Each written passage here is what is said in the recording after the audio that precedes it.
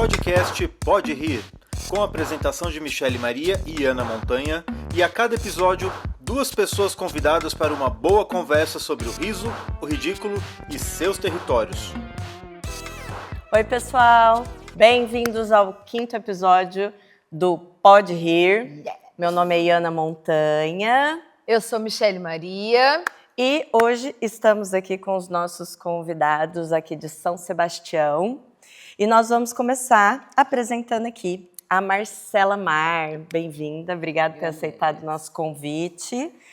A Marcela, ela é educadora social, artesã, maluca de BR, palhaça, marionetista e pernalta, gestora do Circo Tangerina, aqui em São Sebastião, e muitas outras coisas que, né, a gente sabe. Né?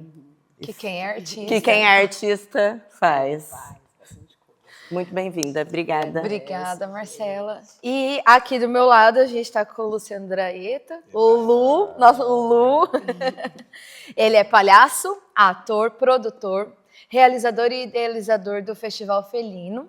E ele é gestor do Espaço Cultural Circo Navegador aqui de São Sebastião. E eu queria já começar com ele falando um pouquinho da atuação desse espaço na cidade, dessa gestão e dos processos que é ter um espaço aqui numa cidade à beira-mar. Primeiro que tudo, depois que nada, obrigado pelo convite. Um prazerão estar aqui, compartilhar com vocês e, enfim, e as pessoas poderem ter acesso às coisas que a gente fala. Nós estamos em São Sebastião com o Circo Navegador desde 2002. O grupo veio de São Paulo, foi fundado em 1997. Aí, quando a gente aportou aqui, eu vim para morar. O elenco não veio junto. Daí, dessa vinda para morar, a gente tinha um galpão em São Paulo que era um contrato de comodato. Esse contrato acabou e aí a gente ficou meio sem casa. Por um acaso do destino, pela força das deusas, apareceu um terreno em São Sebastião e num chaveco o contrato de comodato em São Sebastião surgiu.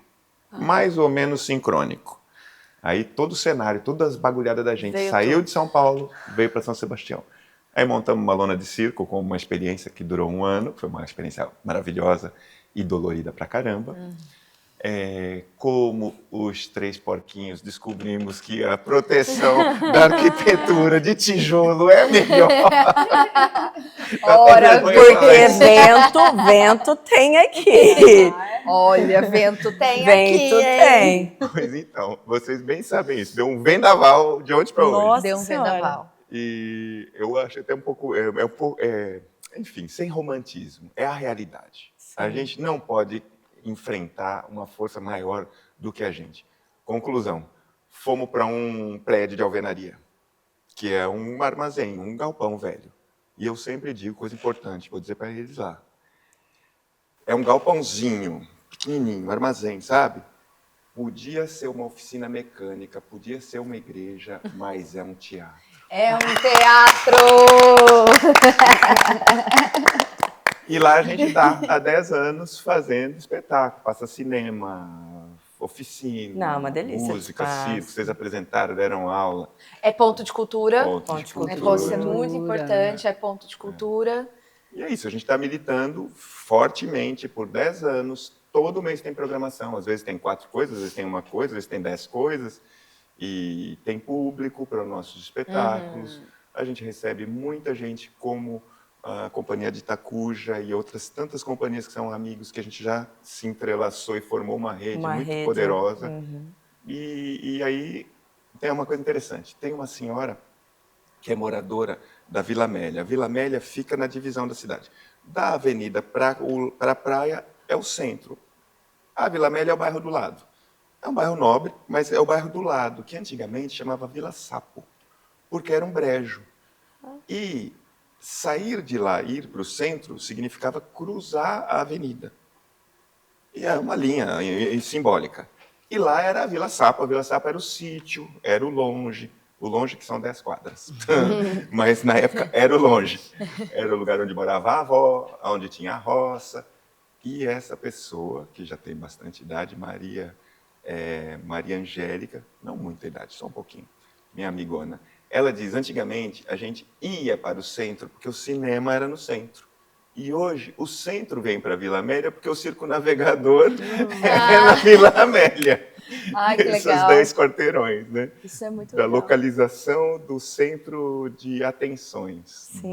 da cidade. Claro que aqui na Rua da Praia tem o centro de atenções, tem Uhum. restaurante, bar, o Teatro Municipal que a gente feirinha, está né? agora é aqui na Rua da Praia, enfim. Mas é interessante pensar o fluxo, né? Uhum. O que vinha dali e o que Vai vai pra para lá. ali. Aham. O que era a Vila Sapo e que hoje é a Vila Amélia. E a gente militando nesse território, né? E muita gente fala assim, por que o Circo Navegador não é em Boiçucanga? Tem muito mais identidade. Porque é nesta região conservadora da cidade é que existe um ponto de Doim, como dizia Gilberto Gil, que deve ser ativado, esse Doim cultural, né? Sim. E que a gente, então, tem que ativar logo um lugar que é mais resistente às alternativas culturais que a gente propõe, é o lugar que eu tenho que estar. Por isso que a gente milita aqui nessa região. Eu queria fazer um apontamento, né, enquanto atuadora de fora da cidade, que todas as vezes que eu venho para o Circo Navegador e que tem uma oficina ou uma apresentação, tem gente que vem de longe mesmo longe para pra vir, fazer. né? Tem gente que Ontem vem tinha, de né, gente de Caraguá, né? Gente Ilhabela. de Ilhabela, de Boiçucanga também. Então, assim, enquanto um ponto cultural de movimento, realmente se faz e rompe esse discurso que muitas vezes a gente vê até na boca dos próprios artistas, né? Ah, é longe, e tem muita coisa acontecendo na cidade e por isso que é pouco público. Na verdade, a gente acaba tendo uma vida de atuação, de articulação, a gente dedica essa vida inteira para isso, né? Para trazer as pessoas com a gente, né? A gente está num teatro hoje, no Teatro Municipal aqui de São Sebastião. Que, aliás, é lindíssimo. Lindo. A gente apresentou, né, o espetáculo aqui, o MM Show, e estava cheio, né? A movimentação. Então, isso não não é só esse discurso da mídia. Tem que pôr na mídia, tem que pôr na televisão. Acho que tem toda uma articulação que a gente vai uma fazendo construção, de boca né? a boca, né? Conversando com a Anos. vizinha e atuando por esses caminhos que vão sendo abertos, assim. E para mim o Circo Navegador, ele exerce esse papel é muito importante, assim, é inspirador a gente ver, não, a galera vem de Caraguá para fazer coisa aqui, vem de longe, não é perto, o ônibus não é toda hora, né? O pessoal ontem estava falando de se é muito tarde, depois não consegue voltar, então é muito legal, muito legal poder falar do Circo Navegador. Claro, então, e é um centro de referência, Sim. porque vem uns professores incríveis. Então, as pessoas têm uma confiança de que quando for fazer aula ali, e isso não é nada, é nossa rede de amizade. A gente sabe que a gente tem amigos incríveis que dão aulas incríveis, portanto, quando a gente abre inscrição, tinha 27 pessoas inscritas. Era uma oficina de 20 pessoas. Imagina, tem demanda, né? Sim. E demonstra carência também, falta de opções de Sim, formação da opções de cidade. formação, exatamente. Aí a gente é um lugar de fluxo, Sim. de trazer formação. Sim. Atualmente, vocês têm atividades fixas acontecendo lá, né? Aula Quais de são? tecido regular e as oficinas são esporádicas. Eu dou aula de palhaço às vezes, Sim. a Lerro dá aula de mímica. E aí tem toda essa rede de amigos e amigas e amigues que trazem coisas. Legal. Enfim. Marcela, onde fica o Circo Tangerina aqui em São Sebastião também, para a gente falar um pouco pro pessoal? O Circo Tangerina, ele já tem um ano e meio, quase 2 anos, assim, que é mais ou menos o tempo que eu vim para cá, né? E ele, assim, não tem um espaço físico, né? Porque a gente tá há pouco tempo. E eu estava na praia mangueando, né, vendendo meu artesanato, e o integrante do circo, que hoje não está mais, ele me chamou para falar de penas, né? Me chamou pelas penas, né, dos trabalhos que eu vendo. E aí a gente começou a falar de arte. Eu falei, né, de toda a minha questão com a arte que vem lá da infância, né, do primeiro contato com o circo, que eu fui, não queria mais voltar para casa. Eu falei, mãe, eu não quero mais, eu quero ficar morando no circo, eu quero viver, né, de arte, com uns 8 anos, mais ou menos. E aí fiz teatro, né, fiz o teatro, não estudei, né, numa faculdade nada, mas eu trabalhei dos meus 17 aos 20 anos numa escola lá de Curitiba, e lá a gente montou um espetáculo com acrobacias, né, com bastante técnica circense, comédia dell'arte, toda essa questão do circo de rua, né? E quando eu cheguei aqui em Boiçucanga, essa pessoa me chamou e me apresentou o Felipe, né? E a gente começou a fazer uns trabalhos. A gente fez muito trabalho voluntário no primeiro ano, apresentando na comunidade da Baleia Verde, lá, né? Da Barra do Saí. E como só tem 1 ano e pouco, a gente está com apenas 2 pessoas só integrantes, eu e o Felipe. E os que vieram fizeram os trabalhos, né? A gente montou na escola do Guilmar, lá uma escola pública também, a gente fez umas enquetes lá com o pessoal da escola. E é isso, assim, tá em um momento de se formando, agregando pessoas, né, de construção.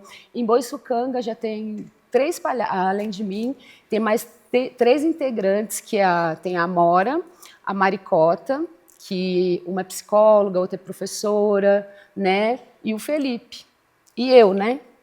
Então, a gente está ainda buscando, né, agregar pessoas, como o Dreita falou. No começo aqui veio só ele, né? E aí a gente vai se conectando com as pessoas, né? Boiçucanga é um lugar de sinto muita energia, tem muitos artistas lá, né? Então, o circo, para mim, como eu tenho essa vivência da rua, né, o circo de rua, aquela questão de estar viajando, de estar conhecendo, né, pessoas, o malabares, né, os viajantes também, quando eu viajo na BR, encontro sempre os malabaristas, né, as pessoas que vivem realmente ali no dia a dia, que estão, né, circulando pelas ruas, do Brasil, pelas cidades, né, trazendo a arte. Né? E o circo, então agora, nesse momento que eu estou aqui em Boi,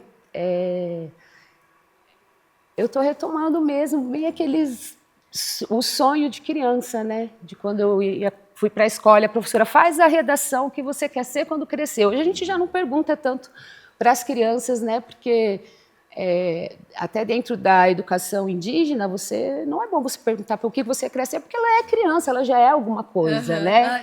Ela já é, então. E tá aqui também com vocês, tendo essa oportunidade de falar da palhaçaria, de falar dessa minha conexão, assim, né, com o circo, né, e com a palhaçaria, amplia, assim, a minha visão de mundo, né, de estar agora com os meus 43 anos, depois de 25, né, ali que eu comecei a fazer teatro e descobri a arte, né, realmente, é isso que eu quero para minha vida. Eu nasci artista, acho, né, tenho essa certeza. E é isso, o Circo Tangerina tá assim, soltando limonemo, que é aquela, quando você abre a tangerina assim, tira a casca da tangerina, vem aquele, sabe, aquele cheirinho assim da tangerina que contagia todo mundo, né? Todo mundo fica, nossa. Quem tá comendo tangerina? O limoneno, acho que é isso, que é aquela. Então, eu também estou bem nessa, assim, tipo, como uma tangerina. Estou tirando as minhas cascas, estou soltando aquele odorzinho, assim, aquele cheirinho, assim, para estar me conectando, né? E o Circo Tangerina fez trabalhos voluntários em grupo no primeiro ano. E no segundo ano, eu fiz... fui, né, com a Perna de Pau e com a minha palhaça, que é a Mara Mar, num berçário, fazer uma animação de festa, né? Então eu estou nessa pegada do circo de estar ganhando os meus cachezinhos ali, fazendo essa animação. Como eu tenho uma formação em educação física, então não é só o palhaço que vai, entendeu? Sim. É a recreação, as atividades, né, criativas, as pedagógicas ali num aniversário, né? Que é um ambiente que não só as crianças brincam, também os adultos, né? com tudo quanto é tipo de atividade que eu levo, né? Então, eu há 20 anos, eu estou inserida na cultura da BR, né, da malucada de BR, que vive do artesanato, viaja. E essa cultura sempre me proporcionou muito acesso né, a outras culturas, né, viajando, conhecendo lugares.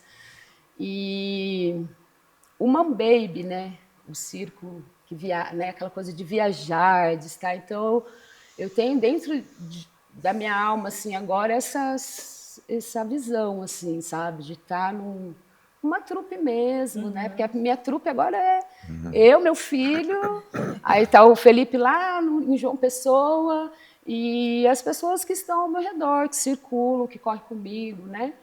Dentro dessa visão, assim, da importância de estar fazendo arte, de estar vivendo e se alimentando daquilo, né? E sobrevivendo daquilo, né? Porque a arte como subsistência já é o que eu faço, que é minhas mãos aqui, né? E o circo, quando eu cheguei em Boiçucanga, eu fiz voluntariado, assim, para tipo, tô chegando, né? Tô aqui, tem uma marionete que é a Mara Astral, né? Assim, que levo nas escolas, né? Ela é desse tamanho assim, uma negra empoderada de dread, assim, então eu fiz ela também num momento em que eu estava me separando do pai do meu filho, então eu fazia uma capoeira feminina, só tinha mulheres, então trabalhei também essa questão do empoderamento, né? E o circo, para mim, é isso, assim, né, que está saindo assim das cascas da tangerina. E a palhaçaria, o clique, né, foi quando eu estava lá em Curitiba, na Interactive, que era uma escola de teatro, eu estava no 3º ano do colegial, parei de fazer o colegial para trabalhar na escola, porque eu trabalhava já, com 15 anos eu já trabalhava, eu fiz um curso de férias. Aí eu só consegui pagar o curso de férias, que era um final de semana, e para continuar o ano você tinha que pagar mensalidade. Na época, não tinha nem internet naquela época, né? Então, eu não podia pagar e os donos lá da escola falaram, você pode vir, você ajuda a fazer o cafezinho, ajuda a limpar os CDs, ajuda a limpar os figurinos, e você faz o curso com a gente. Com isso, eu fui ficando na escola e fazendo, né, as aulas, trabalhando e participando do grupo e tal, né? Então, essa é a minha experiência com o teatro ali. E aí apareceu uma oficina Descubra a sua criança interior, né? Que nossa, descubra a sua criança interior, o que era? Palhaçaria. A palhaçaria, descobriu o seu palhaço. Então ela vem comigo assim até agora, né? Mas já faz o link com a pergunta, que veio lá do último episódio. Do último episódio, que é isso, né? Que a gente traz para vocês. E é muito legal, porque a gente não sabia dessas trajetórias todas, né? Que o berço vinha do teatro, mas a pergunta, né, que veio para vocês é como vocês enxergam essa influência do teatro no circo e como vocês veem essa relação. Para esse episódio, gente, também temos uma pergunta pessoal do episódio. Sempre vai tem, ficar sempre no final, tem. tá? Vamos ver, porque o Thais, ele escorregou, ele não respondeu. Não respondeu. Ficamos sem... ficamos sem resposta. Ficamos Vou ver se o Draeta responde. Mas a gente chega no final, e para a gente continuar esse lugar, como vocês enxergam essa ponte entre teatro e circo, e também pensando nesses polos, né, onde a gente tem um circo de rua, um circo de estrada, um circo nessa linguagem aqui a gente tem um circo que se aporta, né, que ancora, mas que também continua, e para a gente conectar um pouco essas jornadas assim. Como que você enxerga, Lu, essa ponte entre teatro e circo e teatro? Essas tem umas chaves, assim, né? Um bordão, uma frase pronta. E aí, a Hermínia Silva explica isso muito bem, né? Que o que se fala de circo-teatro é uma coisa que na história existe ao longo da história do circo. Essa ideia de duas coisas, nos circos de lona tradicionais, tem um espaço para as comédias de picadeiro, para os dramas de picadeiro. O espetáculo dividido em duas partes, uma parte de habilidades e uma parte de teatro. Benjamin de Oliveira interpretou Shakespeare, fez o Otelo e fez um monte de coisa. A gente não estava vivo para ver isso. Pois é. Um palhaço negro no Brasil do início da República, onde o presidente da República tinha uma cadeira cativa, lá, um camarote dentro do circo dele. Um homem descendente de ex-escravizados, que é o Benjamin, que entra no circo de uma maneira, assim, pelas bordas, pelas beiradas, como todo mundo entra, e que chega a ser dono de um circo, e chega a ter o presidente da República assistindo ele, e ele sendo o Otelo, e ele fazendo Shakespeare. Então, quer dizer, quando a gente vem, nos anos 90, falar a palavra circo-teatro, circo-teatro, eu acho que é até uma arrogância histórica, Concordo, né? Um descolamento da história.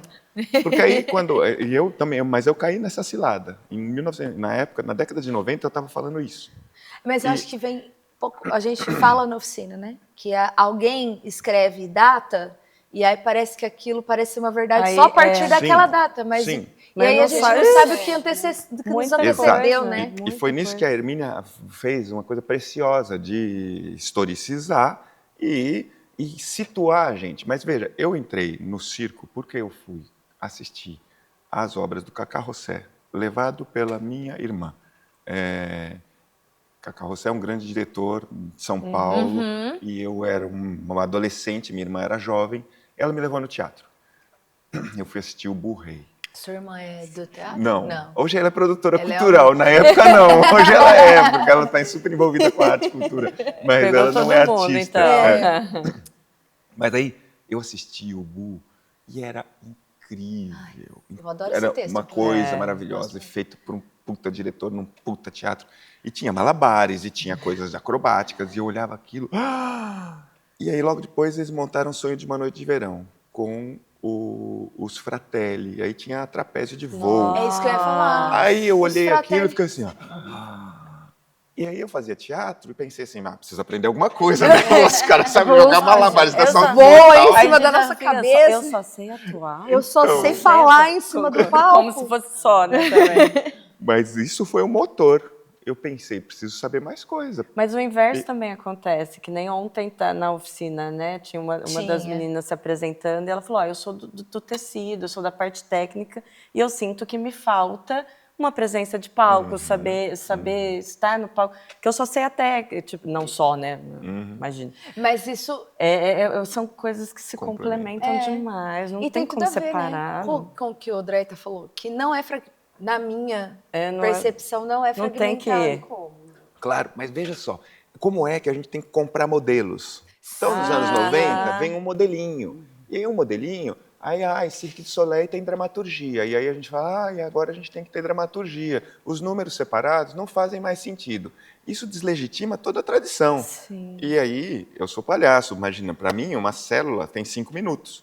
E as células, uma atrás da outra, dando um pequeno encadeamento, começa a dar sentido num espetáculo que pode se transformar numa dramaturgia.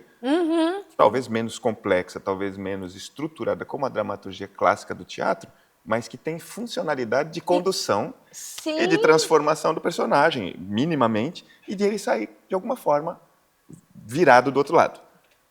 E o que eu via nessa época, era a mesma época que tinha aquele debate, clown de teatro ou palhaço? E eu tava lá. O que é clown, o que é palhaço? Tava lá no Porque eu olho não do faço furacão. palhaço, eu Aí, sou clown. Sou palhaço. juntava a mesa, 100 pessoas no auditório, Cristiane Paulo de Quito, Hugo Pozzolo, fazendo defesas. E eu fui aluno de Hugo Pozzolo, fui estagiário no Parlapatões, trabalhei lá. Naturalmente, eu tinha lado. Naquele momento. E aí aquilo se desfez, assim, sabe? Quase o ridículo da gente ter parado para conversar sobre isso. Mas foi importante, porque se tem questão, ela tem que ser apresentada, colocada na mesa. É uma questão frágil. Então, hoje, parece gente, começa a falar essa fala, eu fico pensando, caralho, já faz 25 anos que eu falei sobre isso, que eu ouvi sobre isso, e que de alguma forma eu tinha bandeira e tinha lado, e que eu percebi que o que me interessa é o palhaço que faz rir ou que não faz rir. O que me interessa é entender alguma coisa por aí. É o que me encanta e o que me encanta menos. Agora, que nome você vai dar para isso? Se você precisa de um nome em outra língua, tudo bem. Se você precisar, usa. Se você se contenta com o encantamento e pensa assim, caramba, essa criatura faz um negócio e eu não consigo olhar para outro lado. A minha cabeça está completamente absorvida, eu estou entregue nisso. O nome que você der para isso, pouco me importa. Em geral, está em busca do riso, em geral, tem eficiência nisso, e deixa a gente desarmado e sem condição de reação. Para mim, falou, beleza, bota o nome que você quiser. Se me deixou nesse estado, tô dentro. Cumpriu. Tá cumprindo o papel, né? Tá cumprindo o papel, né? E só para fechar uma coisa, no caso do teatro e do circo, ficar buscando linhas divisórias, às vezes é questão quase mercadológica. Tipo, você é muito do circo. Para você entrar no teatro, você precisa fazer um curso comigo, né? Pode ser o contrário. Eu sou muito do teatro, mas para entrar no circo, ou eu faço o curso com você e pego o diploma, ou eu não vou entrar. Vamos borrar a linha divisória? Mas é bem deixar que você ela falou, mal questão resolvida? do mercado, né? Porque aí nós temos os editais. E aí você tem o edital do teatro, você tem o edital do circo. E aí a gente tem um espetáculo Que é circo dentro do teatro, teatro dentro do circo. Aí você fala, posso me inscrever Nos nos dois? dois, ou eu estou sendo antiética. Aí a gente entra num lugar também que é sempre... Já pensou se você dá ganha pano nos pra dois? manga. E aí, vão apontar o dedo. Eu aponto de cá, ela aponta de lá. Você é uma vai pra lá. oportunista. E a outra vai fazer o mesmo. É a mesma Gente, coisa. E a gente, inclusive, é discurso de mercado, né? É discurso do capital, é discurso do academicismo, né? Eu vou usar academicismo e não acadêmico, porque eu não sou a pessoa que ataca a academia. Eu acho que formação, publicação, ciência sobre o que a gente faz é maravilhoso, porque Importante. registra, bota nome, mostra pra gente o que está acontecendo, é importante para as próximas gerações o que a gente registra, poder ter referência, legado, eu acho que tem que ter. O academicismo, né, e o capital, eu acho que ele fragmenta justamente porque entende que quando a gente está em rede, conectado, a gente tem muito mais força. Muito mais força. Então, assim, e quando você tarja, né? Que aí você bota uma tarja, então você coloca assim: palhaço, palhaça é para criança, circo é para família, assim, assim, assado. A galera que faz rua não é tão profissional assim. E aí a gente vai botando as legendinhas, as etiquetinhas, a gente vai distanciando, né? Porque a gente vai distanciando.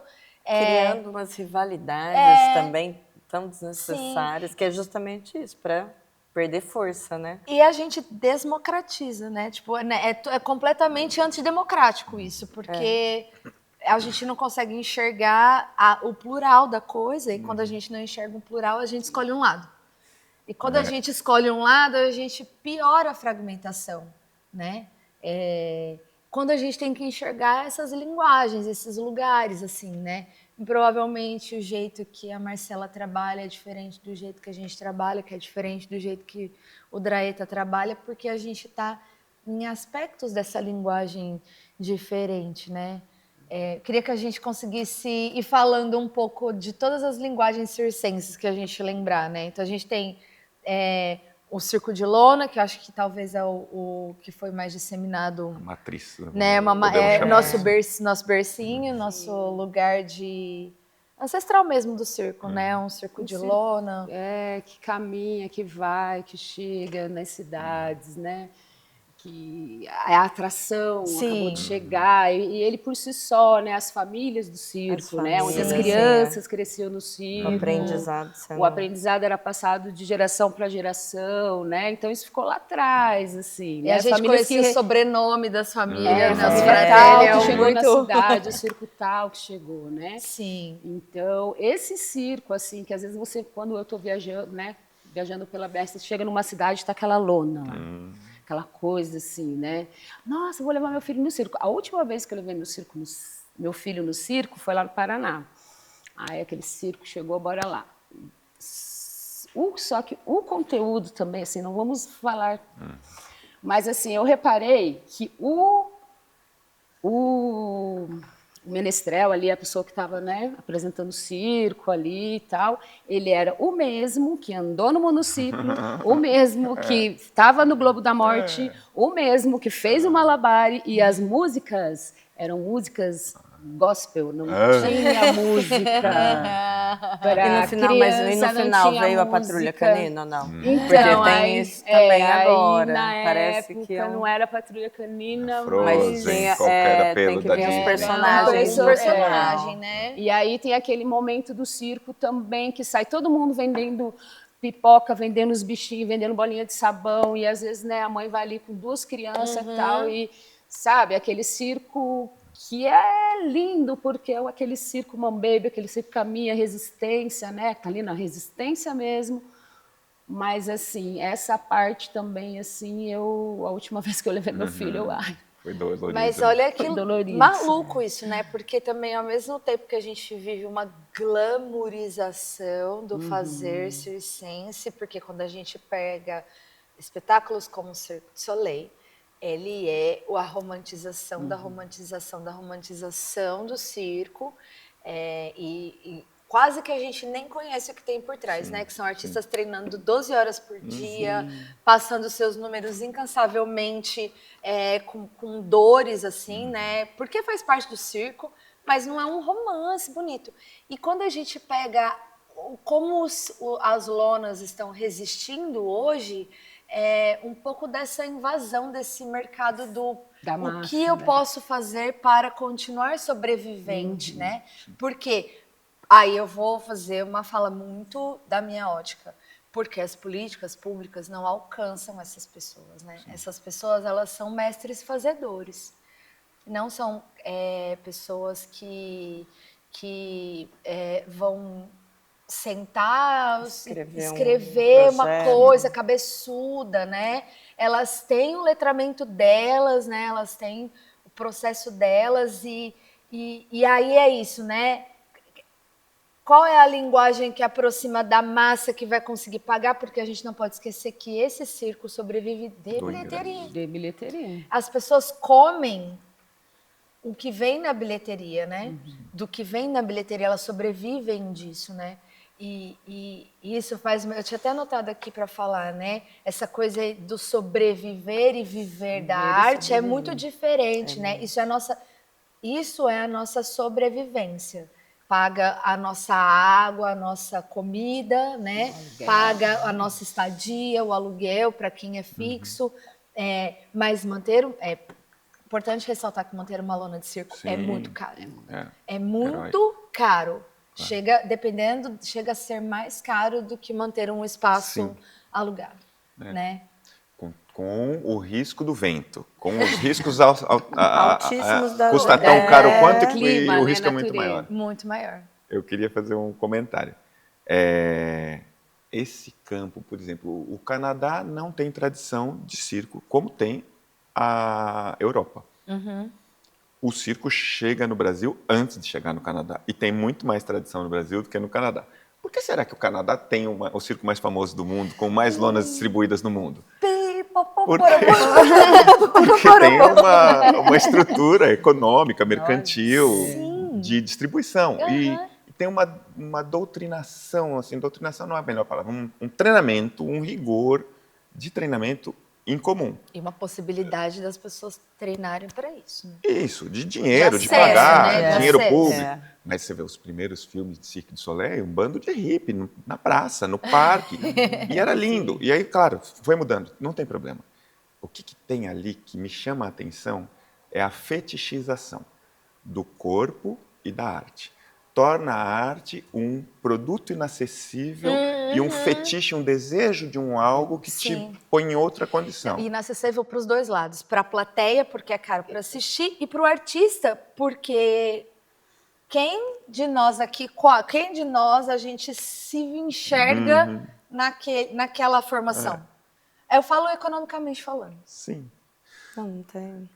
Mas, Não, veja, e tem também o lance de que, diferente dos circos, né, de lona tradicional, em que o artista ele é valorizado. Então, Sim. ele é o malabarista tal. Que tem nome. Que tem nome, tem da cara, é família. da família.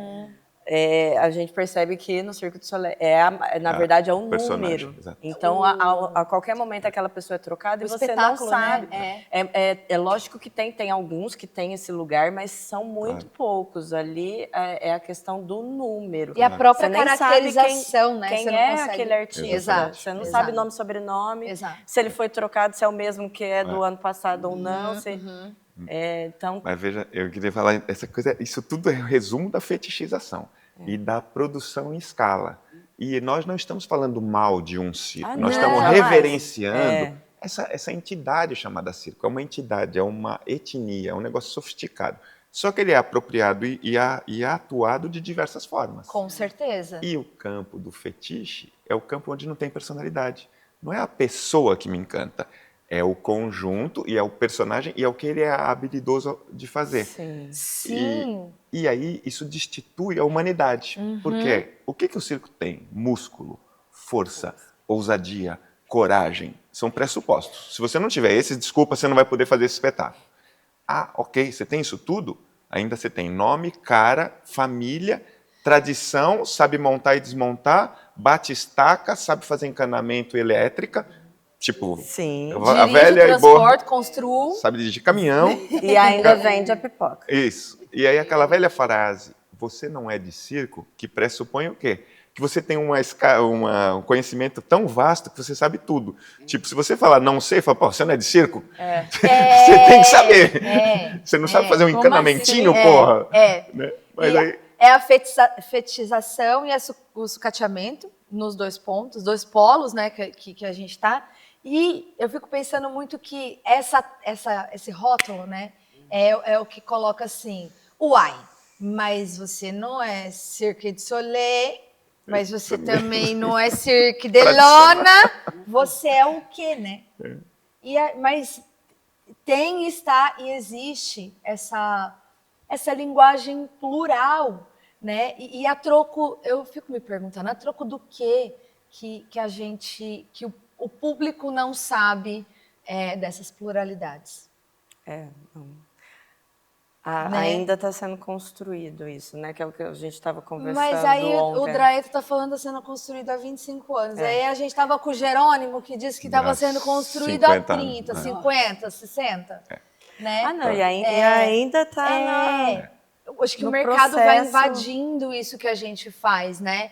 Porque a Marcela falou, a gente tá há 2 anos, né? Estamos começando, a gente fez muito processo voluntário, agora eu estou usando todas as habilidades que eu tenho que você falou, né, de educadora física, de professora, de ludicidade, para trabalhar com aniversários, com eventos, e isso acaba sendo também um pouco um berço de quem está começando no circo, fatalmente você já fez estruturas Do de teatro festas, também. do teatro também, né? Você faz personagens. Eventos, assim, e parece que as pessoas também blocam isso, né? Porque ou é isso, ou é Cirque du Soleil, ou é o circo... Ou né? é também aquele que se veste, se pinta e vai fazer a bexiguinha na rua e ir lá trocar, cada um dá R$5, R$12, que também viaja, Que só também fazendo esculturinha de bexiguinha, e é o palhaço da cidade, que também passou nessa cidade,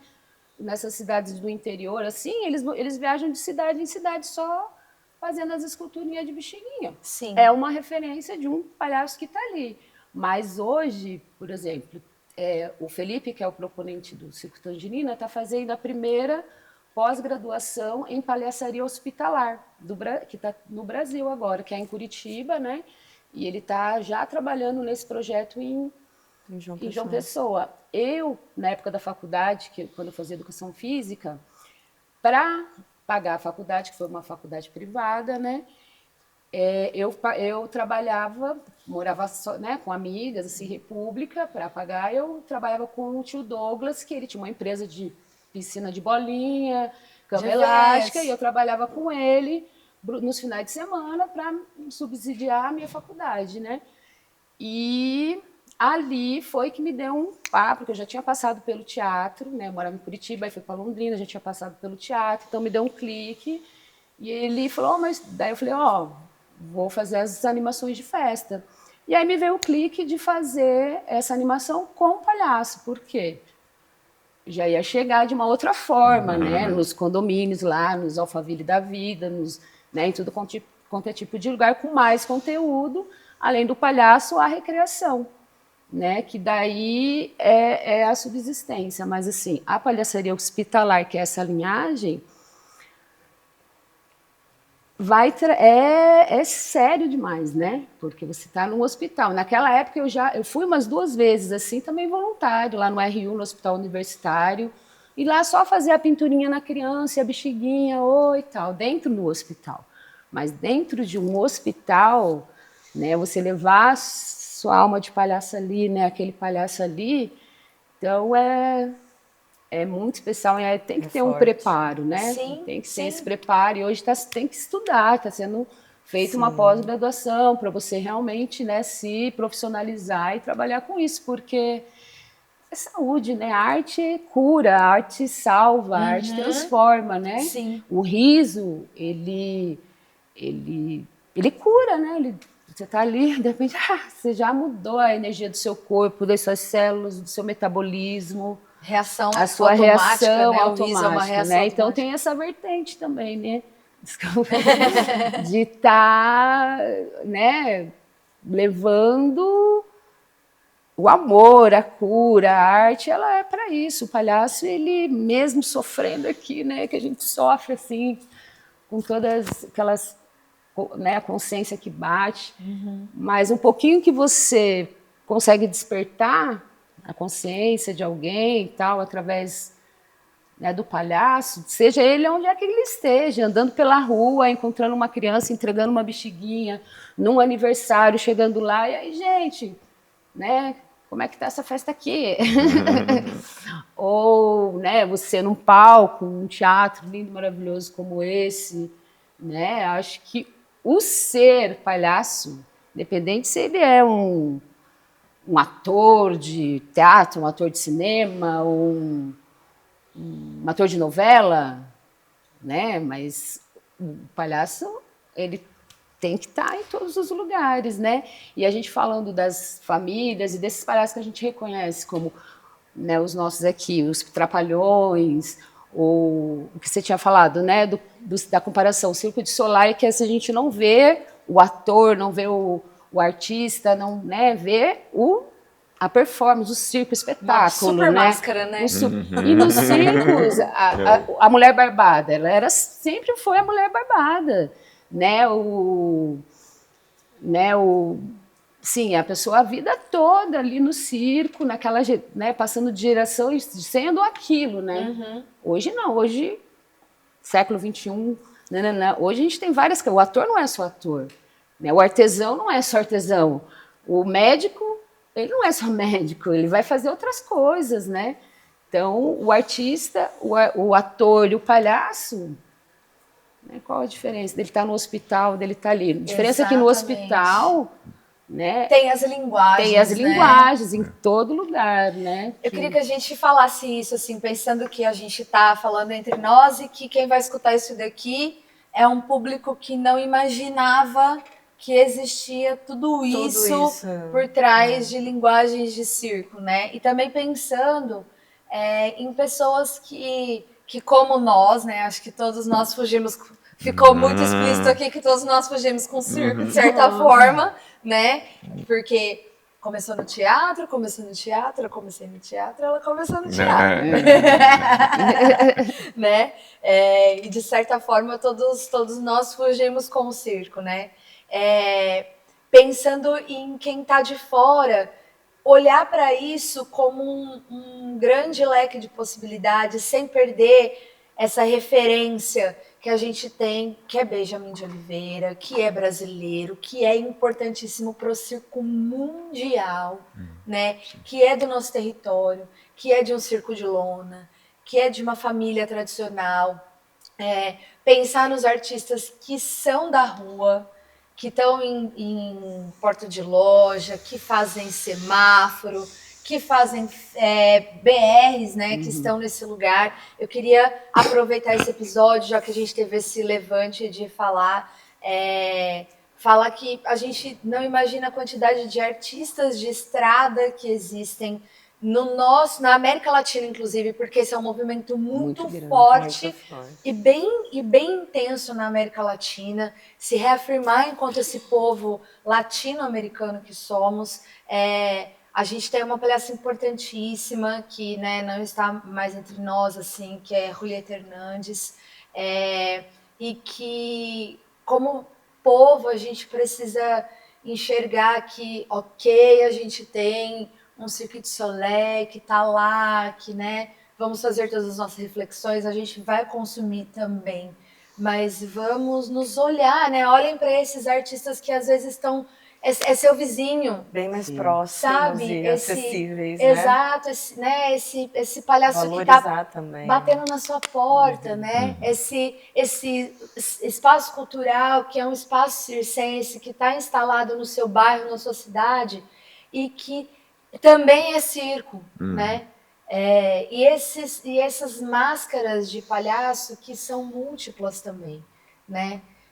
E que circo e teatro e dança é tudo um pouco parte, né, de um conjunto, de um manifesto que é uma arma, né? Em todos os episódios, essa palavra, o riso cura, o riso transforma, o riso é revolucionário. Ela aparece de forma natural, né? E de que a gente tem essas armas, assim, né? A gente precisa caminhar para os finalmente, mas eu queria já de antemão agradecer mesmo esses caminhos que a gente tomou hoje, né? Porque enquanto uma atuadora do riso, eu sinto que é importante que quem escute o que a gente fala fora da máscara, né? Não só durante o espetáculo, esse lugar de entender de onde a gente vem, né?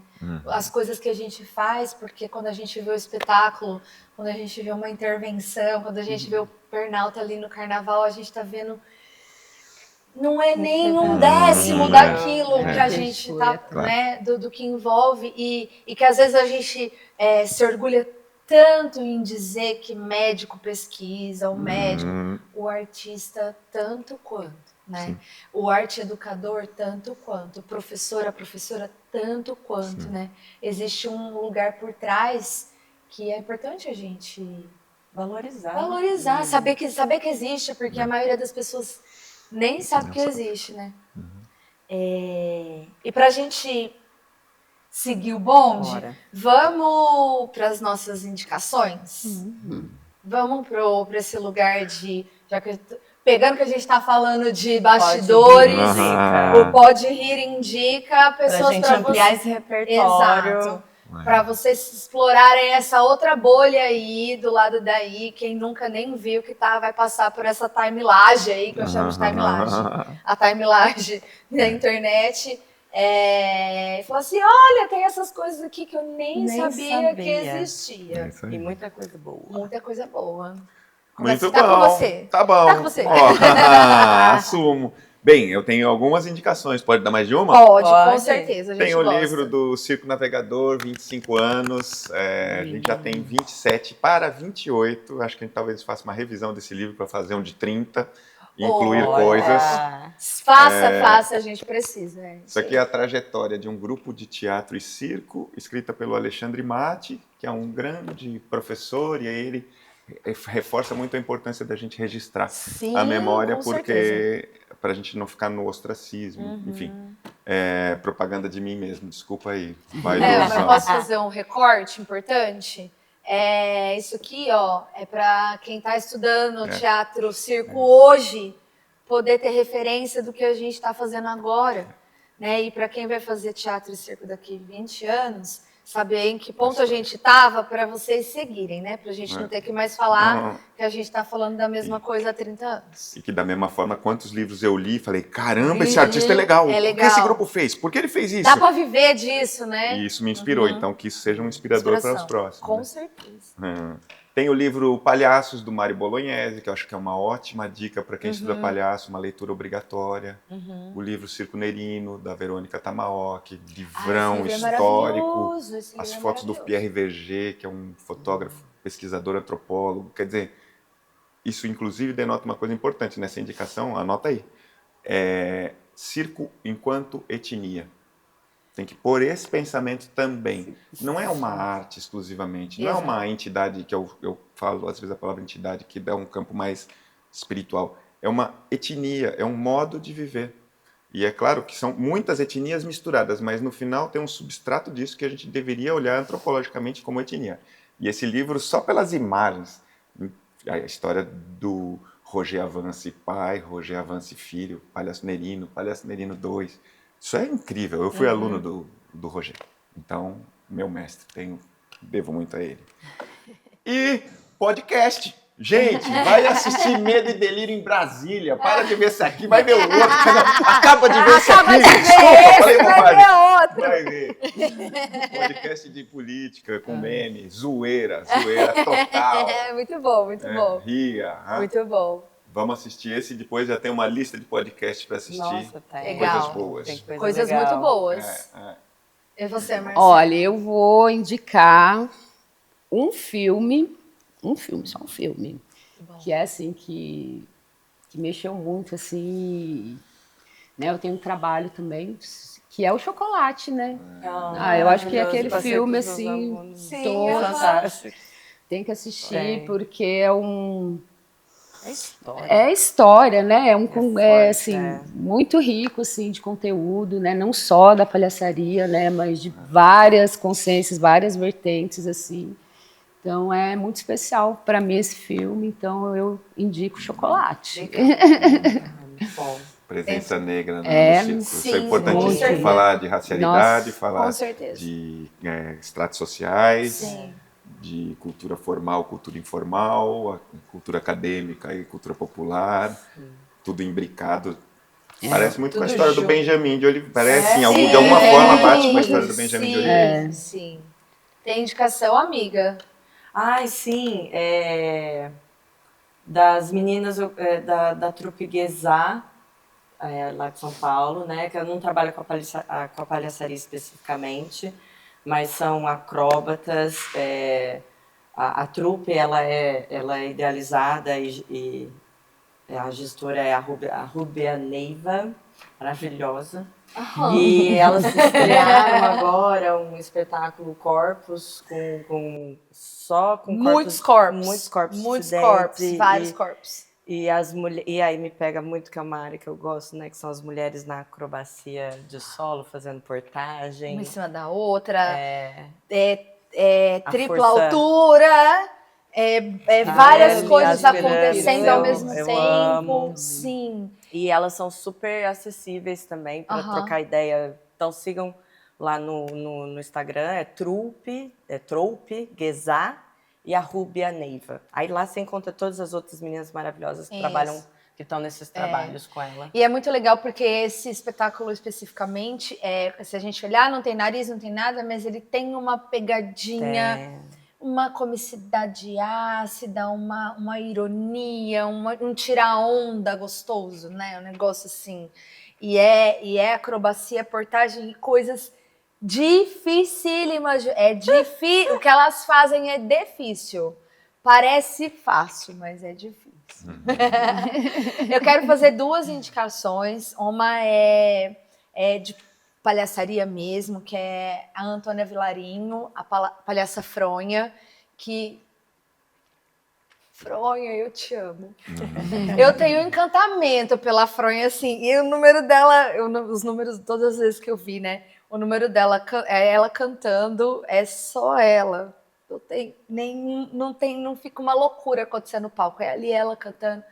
Genial, assim, e ela faz um trabalho de base, que ela tem o nome de Palhaçaria de Terreiro, que ela conduz o processo de outras pessoas, né, na palhaçaria, no contexto de formação mesmo, e ela é mestra, pesquisadora, escreve, tem livro, tem publicação, tem um monte de coisa e uma referência muito importante, assim, de afirmação de quem nós somos, né, enquanto Brasil cômico, assim, sabe?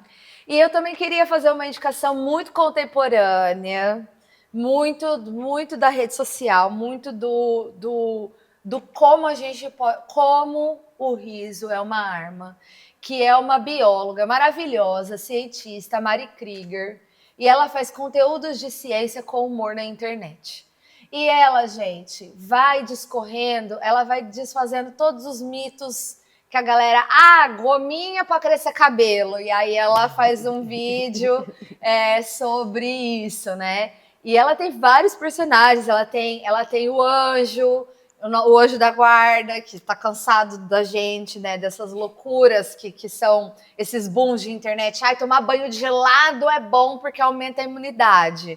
Aí tem ela vestida de anjo falando, eu não aguento mais. Não aguento mais. A pessoa tá acordando às 4 horas da manhã para tomar um banho gelado, sabe? Porque é bom para a imunidade, não é interruptor que abaixa, sobe. Então ela tem uns conteúdos hilários, assim, é muito legal acompanhar. E acho que é isso, usar o riso como uma arma. A comicidade mesmo, né? De comunicação. Né? E ela se veste de banana, ela se banana veste de mosquito. E eu acho que esse lugar de abraçar esse ridículo, né? Uma pessoa que é da academia, uma pessoa, né, super estudada, que tem conteúdos, né, que é super nerd, sendo disponível para o seu próprio ridículo e usando isso como uma arma, para mim isso ganha uma vida. E é uma comunicação eficiente. Eficiente. Né? Demais, eficiente. Gente. Você acessa pelo riso, pelo cômico. E ela é uma comunicadora maravilhosa, assim. Ela tem feito conteúdos com o Drauzio Varela, gente. Sabe? Tipo, muito legal. É muito legal. Então eu quero fazer essas 2 indicações hoje. Muito bem. Vamos encaminhar para os momentos finais? Vamos. Uau! Então vamos lá. Gente, agora é de frente com as palhaças. De frente com as palhaças, a gente vai... Peraí que o Draeta já tá esticando o zóio aqui. Não vai ver. Cola. Você começa hoje, vai. Eu começo. Você tá começante hoje. Hoje eu sou. Tá começante, tá começando. Com a Marcela, né? Seguinte, é falar a palavra que veio na cabeça. A gente fala, tá, aí já vem, deixa vir. Deixa vir. Tá? E se sem vier filtro. Um negócio muito veemente, deixa vir também. Isso. Pode ser visceral agora. Visceral. Tá. Um medo.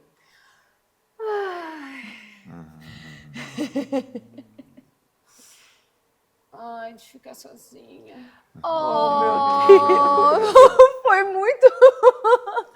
Foi Tá muito. tudo bem, Foi.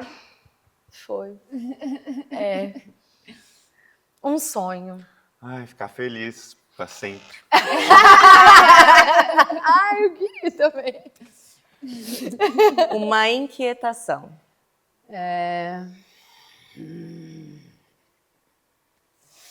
Ai, eu fico inquieta quando eu tenho que responder assim. Sob Eu não pressão. funciono sob pressão. Eu fico inquieta quando eu tenho que responder assim, sob pressão, rápido. Compreendo. Eu também. Eu sofro. O que te tira do sério. Extrema direita. Olha que não deu a pergunta nem chegou, já saiu assim o negócio. A resposta pronta. Talvez nos tire do sério. Nos tire. Então, agora agora é para as 2 pessoas. Do que a Marcela ri? De mim, às vezes. De mim. do que o de Draeta palhaço. ri. Eu ri do Didi, eu ri do Jerry Lewis, eu ri ao longo da minha vida do Maxwell Smart, a gente 86. Eu ri de palhaçada boa. Palhaçada boa, muito bom. E a pergunta que não quer calar, Draeta! Eita, porra. Antes da gente formular a próxima pergunta. Que vai pro próximo Que episódio. vai pro próximo episódio, já vai pensando. Tem aquela que sempre vem uma pessoal, uma pergunta pessoal de lá. Como é que a gente tira... Fala aí, fala Como é que é a Por que pergunta. que tira a espinha do pescoço, Draeta? Quem que falou isso aí? Quem falou isso daí? Eu Taz. Tava o Jerônimo e o Taz, os dois O pessoal fizeram vai quase pensar que que Taz tá me junto. beijando no pescoço e encontrou uma espinha. Deve ser isso. Eita! Tá respondido, Taz? Vê lá. Aí se eu pudesse dar um troco nele, ele ia ver só. Pois é. Poxa, É pena vida. que a pergunta não volta. Ficou um troco virtual, claro, porque vai claro. ficar Pois no ar. depois nos comentários a gente continua. Isso, pessoal, né? fala mal, Isso, fala. A gente continua isso, isso. pra ver onde chega. Isso, Porque ele também não soube responder Então, a história da marmita. porque não. veio uma história de marmita pra ele deu, ficou Olha, fixe. Saiu pela tangente o Taz, Aham. né? Saiu fingindo ali que tinha nada acontecendo. É isso Você aí. percebe que essa coisa arada tá só entre os meninos do circo, né? A gente tá tão tranquila. É. Não veio uma perguntinha. Maldosa. Você tem também alguma pergunta, por Maldosa acaso? tenho. Ah lá. Claro, Tá. eu já preparei a Já minha. preparou? Então vamos lá, porque a partir de agora temos perguntas pessoais. A E a séria, e né? E a do... Aí Era pode pra se ser um vingar. podcast sério? Não, nunca Foi. Claro. Nunca foi. Nunca foi. Não tá Então nos vamos planos, lá, não. pergunta pessoal. Pode fazer Pra- pra pra- câmera. Pessoal assim. íntima? Não, Pergunta pro pessoal que Você vai tem estar alguma no próximo pergunta episódio. pessoal do nível da espinha para Prudente Tem, ou não? claro. Tem, então, Uou. então faça a sua pergunta para Prudente. Pra por dente. Mas É. a pra valer ou a zoeira? A A zoeira. A zoeira. Primeiro, né? Depois a Pode, gente fala pode mandar direto lá pra lá eles. ó. no zoom da câmera. Ô, palhaço 76, me conte como é que andam suas flatulências. Ai, meu Deus! Olha, a gente tá enrolando. Se for o 7h30 no podcast, Não, a gente vou fazer de enrolada. novo, se tiver edição. Falei Tá. o nome, é 10 para 7. E se não editar, vai ser assim mesmo. Vou fazer de novo, presta atenção. Ô, 10 para 7. 10 para 7. Palhaço 10 para 7. Me conte como é que andam suas flatulências. Socorro, Deus! Bom, Agora sim. Agora sobre o vamos tema. pensar nessa continuidade, assim. Do que a gente Do tá que a falando gente- hoje e o que a gente vai que continuar. a gente deixa de pergunta pro pessoal lá de Pra gente Prudente trocar essa ideia. Rosa dos responder. Ventos. Que também é resistência, que também é aquela coisa, né? Tem uma coisa que eu acho, eu conheço o Rosa dos Ventos desde sempre. A gente foi para Prudente no FENTEP, acho que 8 anos consecutivos. Consequentemente, a gente conheceu com intimidade, né? E tem uma coisa que me chama muita atenção, é a forma de organização de um espetáculo. E o Rosa tem uma forma de organização muito típica, Específica. que é do vendedor de pomada da rua, daquele cara de rua que se atira entre o arco com facas, e o tempo que se leva para produzir o que vai ser o espetáculo. Então, eles têm um nível técnico altíssimo, lindo, trabalho de palhaço lindo, só que essa forma de produção do pré-espetáculo é uma forma típica, exclusiva não, é peculiar do Grupo Rosa dos Ventos. O que traz uma coisa um pouco suja, e boto as aspas nessa palavra suja, Sim. confusa, mas que vai se desconfundindo, né? Vai se desenrolando. Vai se desenrolando. Quer dizer, é meio confuso, é meio assim, e aí é provocativo, e tem um nível de interação altíssimo. Então, o esquenta que eles fazem com o público me parece uma ferramenta de primeira grandeza. E aí, por isso, o espetáculo deles começa meia hora antes. Não começa na hora combinada, porque tem o período do esquenta, que é o período que eles se maquiam, que eles organizam ali o cenário e tal, e tal, e tal. E eu queria saber se eles vão fazer disso uma escola. Eles vão ensinar as pessoas a fazerem isso, se eles vão organizar isso teoricamente. Ou não, né? Enfim, uma especulação, né? isso muito me interessa. E não é uma coisa que eu faço. Eu faço interações, naturalmente, mas a quantidade de tempo e a precisão com que isso se faz, que parece que é tudo bagunçado, mas não é nada bagunçado, Tá tudo... e que vai desbagunçando, porque vai pontuando personalidades, vai pontuando o que vai acontecer. Marcela, soma aí quanto você quiser nessa história. Eu acho Mas- muito legal, Mais porque... eu acho legal porque a gente acidenta... Eu não acredito em acidentes assim, né? Eu acredito que a gente está muito conectado nas linguagens, a gente só se vê pouco e às vezes a vida de trabalho faz com que a gente demore para nos conhecer ou a gente se conhece pouco tempo depois, né? Porque um pouco desse lugar de estar na rua, de estar com o povo, de estar chamando para junto, né? Que tem a ver um pouco ali mais com esse trabalho de chão que a Marcela faz, vai fazer essa ponte com que a gente vai lá para Prudente, que é uma galera que trabalha isso, né? Primeiro o chão, primeiro a rua, A rua primeiro... é o maior laboratório que existe, né? Assim, ali a vivência, né? Você vai pegando os cliques, né? Essa performance mesmo do arco com as facas, aquilo é assim, ele tem um domínio de público tão grande, né? A gente observa assim, as pessoas se aglomeram e ficam ali esperando, aí sai. Interessante, né? Interessante. Assim, é fascinante, assim, a rua é... Te contempla, então, a gente caminhar para esse lugar desse processo de construir o circo na rua. Sim, Um circo de rua. um circo de rua. Então, a gente vai levar Legal. essa conversa lá Para a sobre... próxima discussão. Para a próxima discussão. Sobre Eu essa acho que é- construção de um circo de rua, né? Que não E está nem no teatro Nem no teatro. e nem na lona. Claro, e um pré-espetáculo, que é uma peculiaridade. Tem um pré ali que é incomum. Sim, Preparo. Sim, A gente também faz um monte de coisa na É. rua, mas ele tem um pré que é incomparável. Aí, tá É. vendo? A gente tem uns coach, dia- uns cursos aí tão desnecessários. Podia ter uns bons desses. Mas é que esses aqui estão só fazendo, trabalhando. estão trabalhando, eles estão realmente trabalhando Realmente, nesse Então, lugar, né? vamos, Já estão ali, né? O seu diretor já tá... Tá de circo-tico? Tá dando... Então a gente encerra com isso, com esse lugar de trazer essa ótica, né, de falar desse circo de rua e desse E dessa pré-convocatória, né? Como que a gente convoca a rua pra rua, né? Pra estar junto com a gente, quanto artista. Ai, muito gente, obrigada. muito obrigada. Ai, eu gostei muito dessa Foi conversa. ótimo. Nossa, eu ficaria um tempão nessa conversa A aqui. gente sempre fica... Eu falo que só falta, na verdade, essa água. Podia outra ser. cor. Né? Podia... Muito melhor. E essa canequinha, hein? Nossa. Você viu? Que Quem ia saber o que chique. tem dentro, se é É. uísque, se é cerveja. Podia, Vocês viram? Podia Adorei, ter. olha. Aqui Tá, já- vamos só encerrar aqui, porque Isso, senão não a acaba o gente... tempo Vamos ali. encerrar fazer um brisando? brinde. Isso, Vai. viva o circo etnia. Terminamos esse podcast aí, somos o Maria Etnia. Beijo. Tchau. Tchau, gente.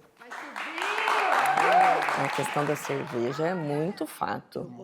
Nossa, por que não põe? Pergunta, eu converso com a produção. O podcast Pode Rir é uma produção da companhia Aditacuja. Apresentação de Michele Maria e Ana Montanha. Direção de Flávio Rassi. Produção audiovisual de Raíza Ferreira. Produção executiva de Flávio Rassi e Bárbara Monsignori. Assistência de produção de Idris Bahia. E produção geral da Subverta Ateliê de Criação, Produção e Comunicação. E integra as ações do projeto MM Show, Novas Dramaturgias para o Riso e o Ridículo, contemplado no edital PROAC PNAB 2024 do Governo Federal, Política Nacional Aldir Blanc, Governo do Estado de São Paulo e Secretaria da Cultura, Economia e Indústria Criativas do Estado de São Paulo.